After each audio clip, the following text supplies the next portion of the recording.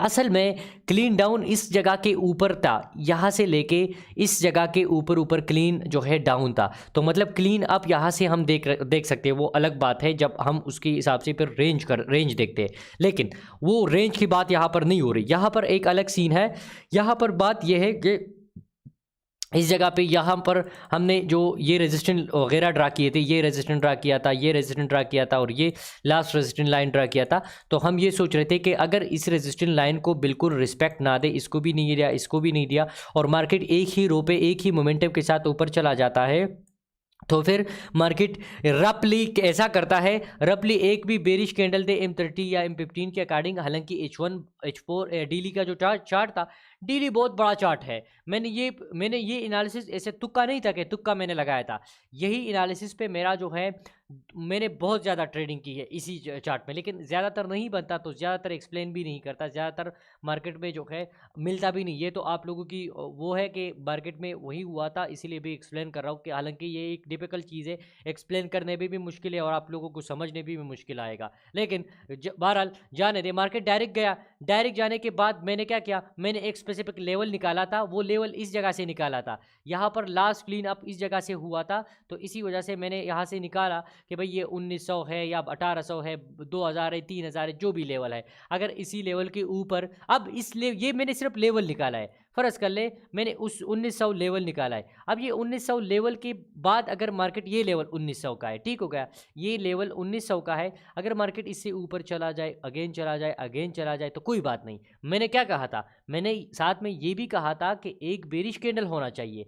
तो जब एक बेरिश कैंडल दे, उसके बाद हम ट्रेड करेंगे, उसके बाद हम ट्रेड करेंगे। मतलब अब ये जो ट्रेड था, ये फ़र्ज़ कर ले 2000 में दे दिया एक बेरिश कैंडल, इतना लंबा तो नहीं, लेकिन मैंने बता दिया एग्जांपल के तौर पे, 2000 में आपका जो है एक बेरिश कैंडल दे दिया, उसी एक बेरिश कैंडल पे आप यहाँ से ट्रेड एग्जीक्यूट करोगे, डायरेक्ट ट्रेड होगा आपका जो है। एसएल इस जगह पे लगाओगे, जितना एसएल होगा उसके अकॉर्डिंग 1 to 1, 1 to 2, 1 to 3, और इस हिसाब से मैंने साथ में उसी वीडियो में ये भी कहा था कि ये कम से कम 1 to 2, 1 to 3 तक आ सकता है, और यही हुआ 1 to 3, 4 तक, बल्कि उससे भी ज़्यादा आ गया।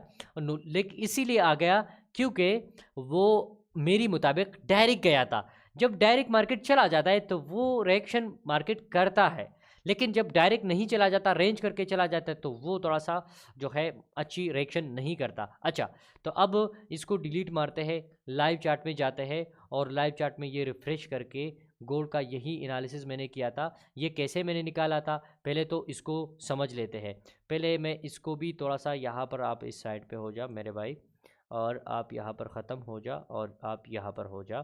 तो अब देखते हैं जो है सीन कुछ ऐसा है कि आप इसको देखें, ये क्या सीन है। यहाँ पर आपको जो है क्या नज़र आ रहा है, एक बड़ा रेंज है, तो बड़ा रेंज है डेली की गाड़ी, ये बहुत ही बड़ा रेंज है, सही है। अगर मैं इसको नाप लूँ तो ये बहुत बड़ा रेंज होगा, इस जगह से लेके यहाँ तक रेंज कितने दिन का है, 132 दिन का रेंज है। 132 रेंज जो है, इतना बड़ा रेंज, आप समझ रहे हो, इतना ज़्यादा बड़ा रेंज। तो अब 132 दिन का रेंज, फिर हम क्या कर रहे थे, मैं ये आप लोगों को अभी बता रहा था कि हम इसी हिसाब से ट्रेड किस बेस पे करेंगे। अगर आप देखें तो ये भी रेजिस्टेंट लाइन है, ये भी है, ये भी है, ये भी है, ये भी है, ये भी, मतलब ये सारी रेजिस्टेंट है, तो इसको तो हम इग्नोर करेंगे ना। हमें इससे गरज नहीं है, हमें गरज किस चीज़ से है, हमें गरज जो है वो एक अलग चीज़ से है, वो उस एरिया से है जो एरिया फ्रेश एरिया है। अब अगर वो क्लोजिंग वाली सिस्टम, अगर लेवल कोई भाई ड्रा करना चाहता है तो लेवल तो उस हिसाब से है ना, लेवल का तो हम वही निकालेंगे कि भाई यहाँ पर जितना टचेस, मतलब ये लेवल है, ये देखिए थोड़ा सा ऊपर होगा, ये चार्ट ही ऐसे कर देते हैं, हमारे पास अपॉर्चुनिटी है, कर सकते हैं ये। ये अब लेवल जो भी ये बनता है, ठीक है, क्लोज अभी हुआ है लेकिन रिजेक्शन कैंडल है, ऊपर विक ज़्यादा है, तो इस पर हम ट्रेड नहीं करेंगे। तो अब हम अगर हर लेवल को देखें तो लेवल के हिसाब से ये है, लेकिन आज हम लेवल को नहीं देखते, आज हम फ्रेश एरिया को देखते हैं, फ्रेश जगह को देखते हैं, और ऐसी जगह से किस वजह से मैंने सेल किया था, तो उस वजह को देखते हैं। तो यहाँ पर देखें आया, इसके बाद क्या है, यहाँ पर आ जाते हैं, इसके बाद जो है मार्केट में अभी भी स्टिल क्लीन डाउन नहीं है, क्लीन डाउन अभी तक नहीं है, तो इसको ऐसे एक्सटेंड कर देते हैं। मतलब मेरे भाई ये है कि इसी जगह पे मैं क्या करूँगा, मैं ट्रेड इस जगह से ऊपर नहीं लगा सकता। जो भी लेवल बनता है इसका लेवल भी निकाल लेता हूँ। इसका लेवल है यहाँ से, अगर हम लेवल निकालें तो यार वो तो सारा सीन वापस आ गया, बल्कि लेवल नहीं निकालते, आप खुद समझ जाओ।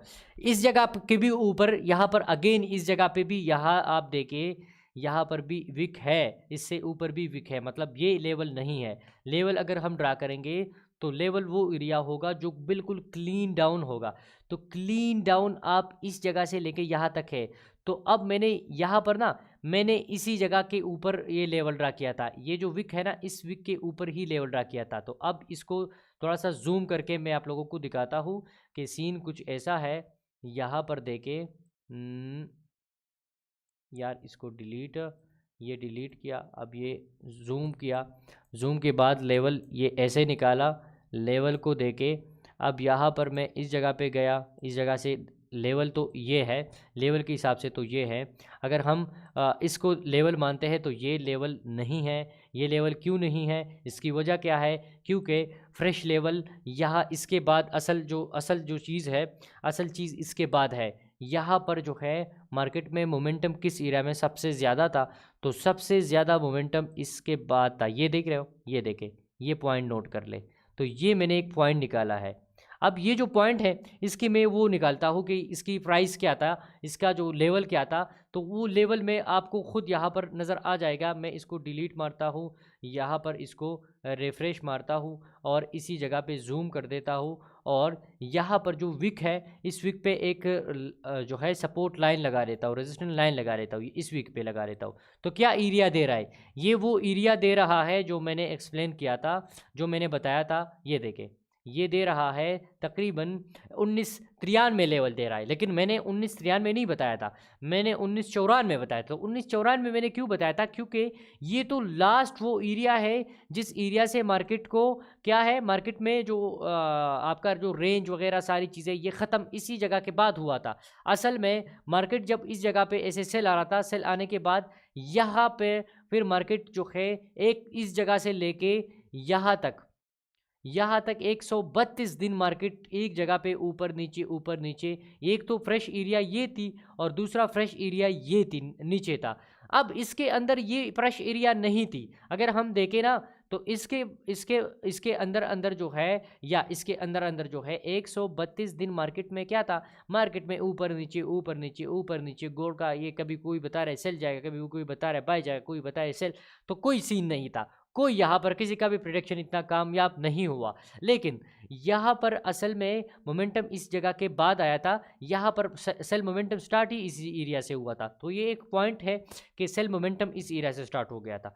दूसरा यहाँ से ब्रेकआउट के बाद तीसरी जो मेन पॉइंट है, जो मैं अभी पहले मैंने बताया था, पहले मैंने ये बताया था आप लोगों को कि इसी एरिया में डायरेक्ट आना चाहिए। तो हमने तो लेवल ड्रा कर दिया 194, तो हमने ऐसे ड्रा कर दिया कि 193, ये 193 पे ये रेंज शुरू हुआ है। 193 मतलब हम अगर देखें तो 193 से लेके 100 यहाँ पर ये देखें 1993 से लेके 1884 के आसपास, तो ये सिर्फ और सिर्फ रेंज ही था। लेकिन जो है